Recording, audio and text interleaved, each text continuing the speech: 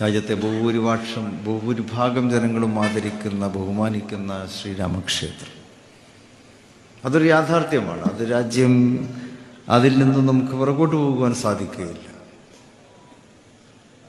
അത് രാജ്യത്തെ ഭൂരിപക്ഷം വരുന്നൊരു സമൂഹത്തിൻ്റെ ആവശ്യമാണ്. അത് അയോധ്യയിൽ നിലവിൽ വന്നു എന്നുള്ളതാണ്. പക്ഷെ അതേക്കുറിച്ച് നമ്മൾ അതിനെ പ്രതിഷേധിക്കേണ്ട മറ്റോ കാര്യമൊന്നും നമ്മളെ സംബന്ധിച്ചിടത്തോളം ഇല്ല. മുസ്ലിം ലീഗിനകത്തും പുറത്തും ചർച്ചാ വിഷയമായിരിക്കുകയാണ് പാണക്കാട് സാദിഖലി തങ്ങളുടെ ഈ പ്രസംഗം.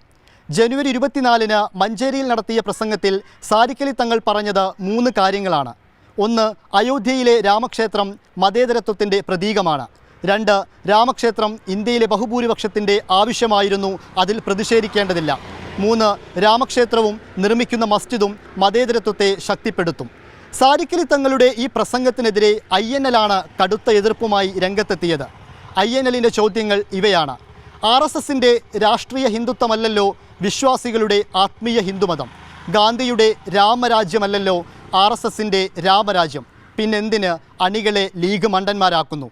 എന്നാൽ സാദിഖലി തങ്ങൾ സാമുദായിക ഐക്യമാണ് ലക്ഷ്യമിടുന്നതെന്ന് PK കുഞ്ഞാലിക്കുട്ടി ന്യായീകരിച്ചു. അയോധ്യ വിഷയം രാഷ്ട്രീയവൽക്കരിച്ച് തെരഞ്ഞെടുപ്പിൽ ഉപയോഗിക്കാൻ വേണ്ടി BJP നോക്കുകയാണ്. ആ കെണിയിൽ നമ്മൾ വീഴേണ്ടതില്ല. സാമുദായിക സൗഹൃദം നിലനിർത്തുക എന്ന കാര്യമാണ് നമ്മൾ ചെയ്യേണ്ടത്. ശിഹാബ് തങ്ങളെടുത്ത മാതൃക അത് നമ്മളും തുടരണം എന്നാണ് തങ്ങൾ പറഞ്ഞതിൻ്റെ സാരം. അയോധ്യയുമായി ബന്ധപ്പെട്ട് എല്ലാവരും വെള്ളത്തിന് തീ പിടിപ്പിക്കാൻ ശ്രമിക്കുമ്പോൾ തീ അണയ്ക്കാനാണ് സാദിഖലി തങ്ങൾ ശ്രമിച്ചതെന്ന് VD സതീശൻ പ്രതിരോധം തീർത്തു. ബാബരി മസ്ജിദ് തകർത്ത ഘട്ടത്തിൽ പാണക്കാട് മുഹമ്മദ് അലി ശിഹാബ് തങ്ങളെടുത്ത പക്വ സമീപനം ലീഗ് അനുകൂലികൾ ചൂണ്ടിക്കാട്ടുന്നു. എന്നാൽ ലോക്സഭാ തിരഞ്ഞെടുപ്പ് അടുത്തിരിക്കെ സാദിഖലി തങ്ങളുടെ പ്രസംഗം ലീഗ് വിരുദ്ധർക്ക് മൂർച്ചയേറിയ ആയുധമാണ്.